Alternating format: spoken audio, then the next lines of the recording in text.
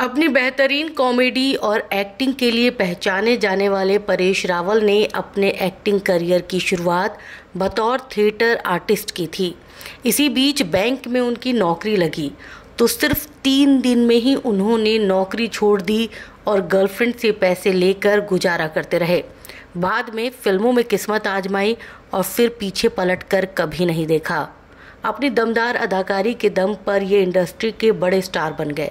इन्हें 1993 में film sir और 1994 में फिल्म छोकरी के लिए बेस्ट सपोर्टिंग एक्टर का नेशनल अवार्ड मिला।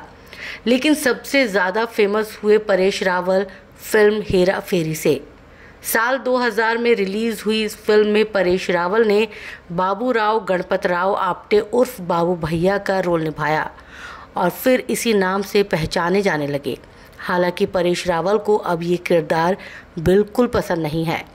परेश रावल का जन्म 30 मई 1955 को मुंबई की एक मिडिल क्लास फैमिली में हुआ। पिता बिजनेसमैन थे, लेकिन परेश बचपन से ही एक्टर बनना चाहते थे। पिता ने भी उन्हें कभी इसके लिए नहीं रोका। स्कूल के दिनों से ही परेश रावल नाटकों में हिस्सा लिया करते थे। ये सिलसिला कॉलेज के ज़माने तक चला, जिसके चलते परेश रावल को फिल्मों में कई रोल ऑफर होने लगे।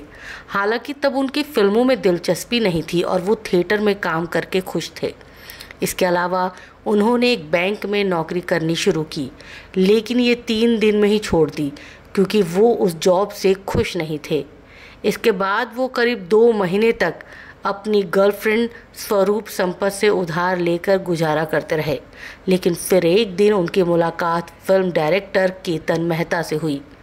दोनों मिले तो एक नाटक के सिलसिले में थे, लेकिन इसी दौरान दोनों की अच्छी दोस्ती हो गई और केतन मेहता ने इन्हें फिल्मों में काम करने के लिए मना लिया। केतन मेहता के कहने पर ही परेश रावल ने फिल्म होली साइन की थी, जो 1984 में रिलीज़ हुई। इस वक्त रावल 34 साल के थे और मजे हुए थिएटर आर्टिस्ट के तौर पर अपनी पहचान बना चुके थे।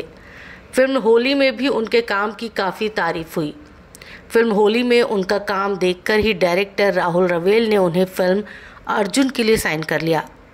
परेश रावल ने काफ़ी समय तक विलन के रोल प्ले किए। उन्हें अक्सर बिजनेसमैन, जमींदार, थानेदार जैसे किरदारों में देखा गया, जिनमें इनका किरदार नेगेटिव हुआ करता था। लंबे समय तक एक ही तरह के नेगेटिव रोल करते हुए परेश रावल बोर हो गए।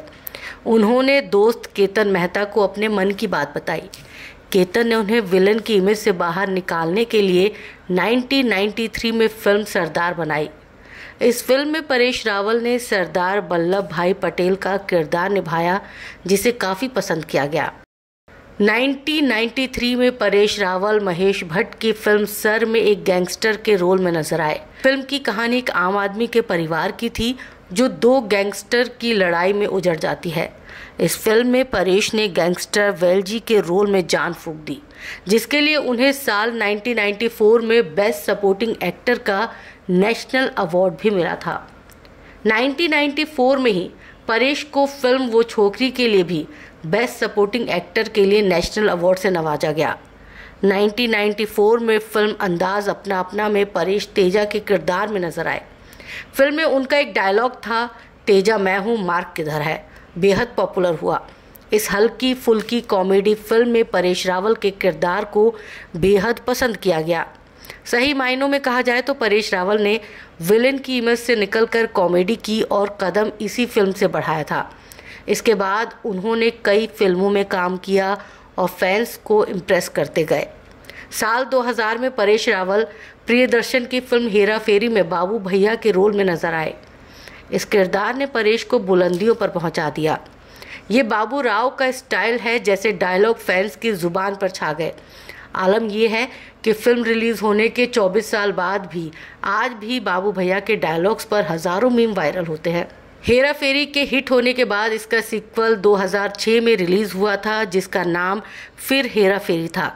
इसमें भी परेश रावल ने काम किया था।